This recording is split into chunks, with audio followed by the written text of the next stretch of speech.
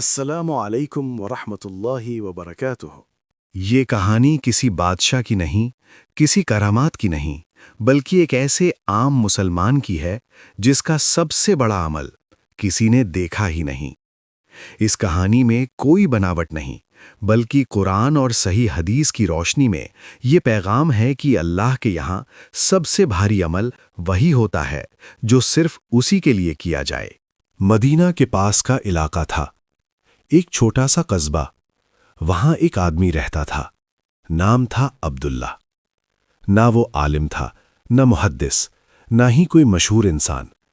لوگ صرف اس کو صورت سے جانتے تھے، کسی کو اس کا نام بھی یاد نہیں تھا۔ مسجد میں وہ ہمیشہ پچھلی صف میں کھڑا ہوتا، نہ زیادہ بولتا، نہ کسی سے کسی بھی بات پر بحث کرتا۔ لوگ اسے دیکھ کر باتیں بناتے اور کہتے، یہ تو بس فرض نماز ہی پڑھتا ہے، نہ سنت، نہ نفل، نہ کوئی بڑا عمل۔ عبداللہ ہر روز فجر کی نماز پڑھ سورج نکلنے سے پہلے ہی شہر سے باہر نکل جاتا۔ ایک سنسان راستے پر ایک بوڑھا غیر مسلم رہتا تھا، اندھا، بیمار اور بے سہارا۔ عبداللہ اس بوڑھے انسان کے رہنے کی چھوٹی سی کوٹری صاف کرتا، اسے کھانا کھلاتا، اس کے کپڑے دھوتا، اس کے زخم صاف کرتا، اور جاتے وقت بس اتنا کہتا، اللہ تمہیں آسانی دے۔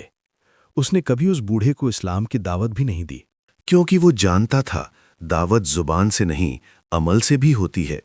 کئی سالوں تک کسی کو یہ بات معلوم نہیں ہوئی، یہاں تک کہ اس کی بیوی کو بھی نہیں، کیونکہ وہ مانتا تھا جو عمل اللہ کے لیے ہے اسے گواہوں کی ضرورت نہیں ہوتی۔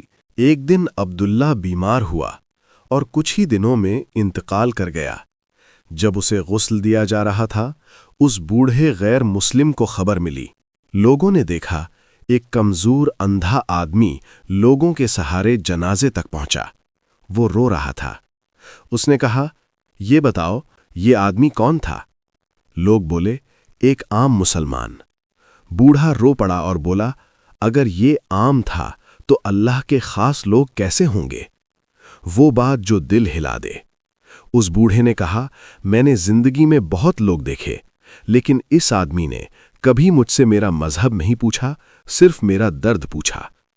اگر اس کا دین ایسا ہے تو میں اسے جاننا چاہتا ہوں۔ کچھ سمے بعد وہی بوڑھا اسلام لے آیا۔ کوئی اعلان نہیں ہوا، کوئی تالی نہیں بجی۔ اللہ تمہاری صورتیں اور مال نہیں دیکھتا، بلکہ تمہارے دل اور عمل دیکھتا ہے۔ صحیح مسلم۔ اور جو بھلائی تم کرتے ہو اللہ اسے جانتا ہے۔ سورہ البقرہ۔ سب سے بھاری عمل وہی ہوتا ہے جس کا اللہ کے سوا کسی کو علم نہ ہو۔ اللہ ہم سب کو بھی ایسے ہی نیک عمل کرنے کی توفیق عطا فرمائے۔ آمین۔